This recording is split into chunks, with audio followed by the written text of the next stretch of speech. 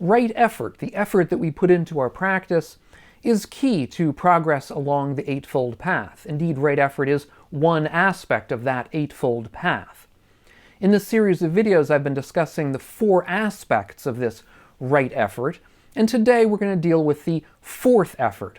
I'll leave links to the other 3 videos down below, or the first of the 3 videos. You can see the other 2. It doesn't matter what order we come to these for, so it doesn't matter that you're seeing it out of order if you haven't seen the other ones. You can check those later. In any event, the 4th aspect of this right effort is called the effort to preserve. Now, what does that mean? There are various texts where the Buddha a couple in particular, texts where the Buddha discusses these 4.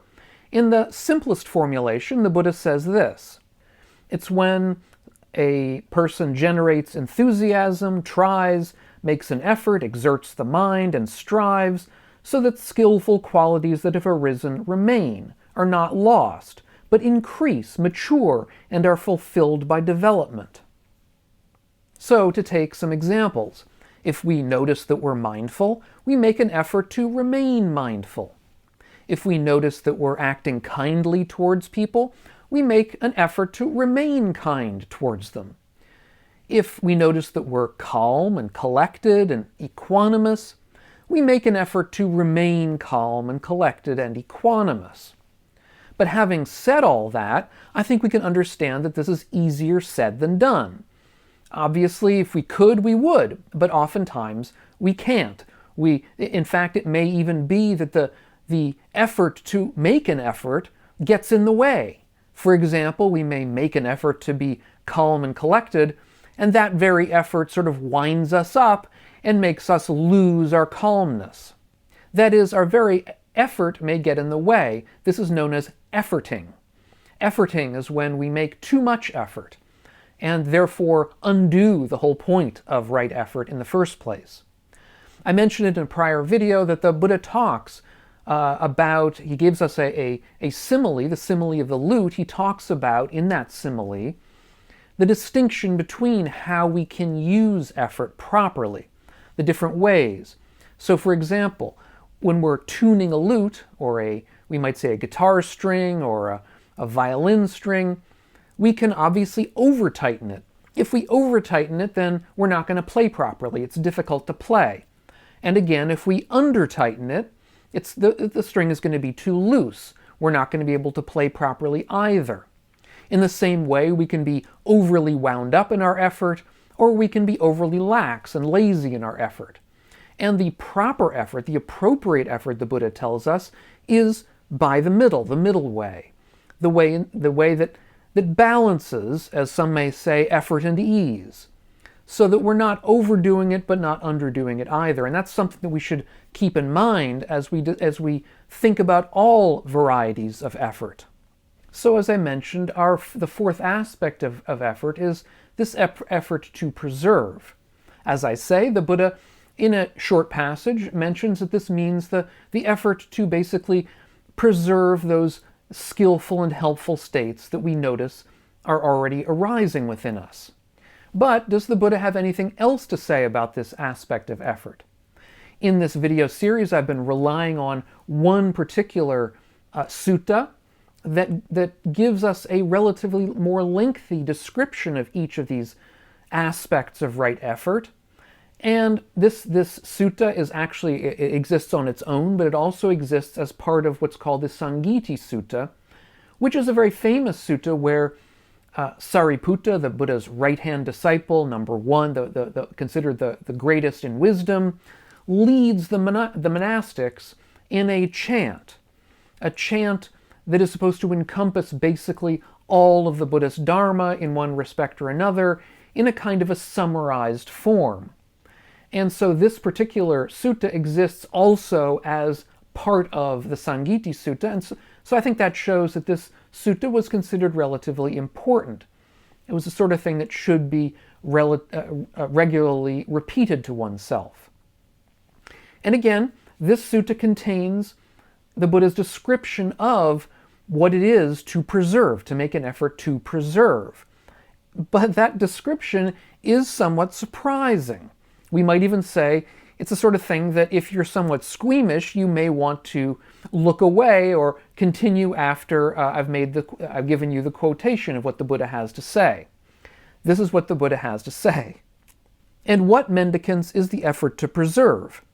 It's when a mendicant preserves a meditation subject that's a fine foundation of immersion. The perception of a skeleton, a worm-infested corpse, a livid corpse, a split-open corpse, or a bloated corpse. This is called the effort to preserve. Now, what on earth is this about? This seems to have taken us in a completely strange direction. Well, it's not actually so strange. These are what are known as the cemetery or charnel ground contemplations, and in fact, they are a key part of the Buddha's 4 foundations of mindfulness. If we look at the earliest texts on the practice of mindfulness, we find these charnel ground contemplations as a part of it. But the question is, why would the Buddha point to these charnel ground contemplations when it comes to this effort to preserve? It's not entirely clear. The Buddha only says that these are a fine foundation for immersion, which means deep meditation. It may well be that preserving such a contemplation is key to the meditation on death, and such meditations, the Buddha seems to believe and says in several suttas, are key to providing us with ardor and effort along the path, ardor and effort in our practice. Again, the Buddha says this in a number of different suttas. In one sutta, the Buddha is discussing matters with King Pasenadi, and he discusses how kings in the past, and Pasenadi himself, may want to gain certain kinds of wealth. And they gain that wealth through, let's say, warfare, through diplomacy, through other means. But you can't make warfare or diplomacy with death. He says, "I tell you, great king, I announce to you, old age and death are advancing upon you. Since old age and death are advancing upon you, what would you do?" Pasenadi answers, "Sir, what can I do but practice the teachings, practice morality, doing skillful and good actions?" In another sutta, reflecting on the early death of the Buddha's mother, the Buddha reflects this way: "Whether born or to be born, all depart, leaving the body behind. The skillful, understanding that all is lost, would keenly practice the spiritual life." In other words, in these 2 reflections, these 2 suttas that I've just cited, the Buddha says basically that maintaining or preserving this a contemplation of our own mortality makes it easier for us to maintain this constant effort in Buddhist practice.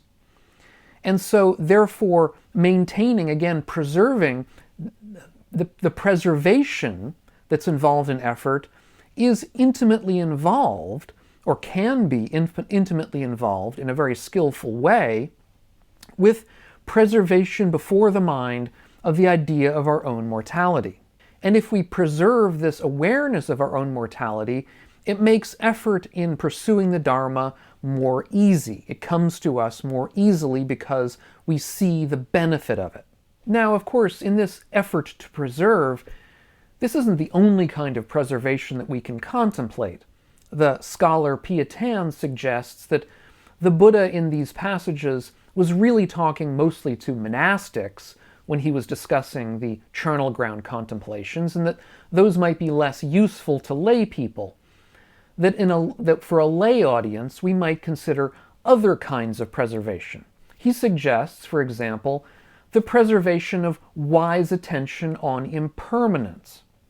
Impermanence, of course, is one aspect of mortality. I mean, mortality is one way that we are impermanent, but we're impermanent in lots of other ways, and things around us are impermanent in lots of other ways that are somewhat less weighty than mortality itself. And so if we simply preserve our awareness of impermanence, we are helping ourselves along the path. So too, Piya Tan suggests that we preserve our good friendship, our spiritual friendships. If we have friendships with other people who are good practitioners or good people, good influences on us, then of course it's going to be better for us to preserve those friendships, because in so doing, we're also preserving our ability to make these efforts that we want to in the right direction. And to that end, I have a recent video I made on how to be a good friend and what a good friend is like in early Buddhism, what the Buddha had to say about that. And I'll leave a link to that video up here on the screen if you haven't seen it or would like to refresh your memory. Thanks so much for all you do. Thanks so much for watching, and we'll catch you on the next video. And meanwhile, all of you, be well.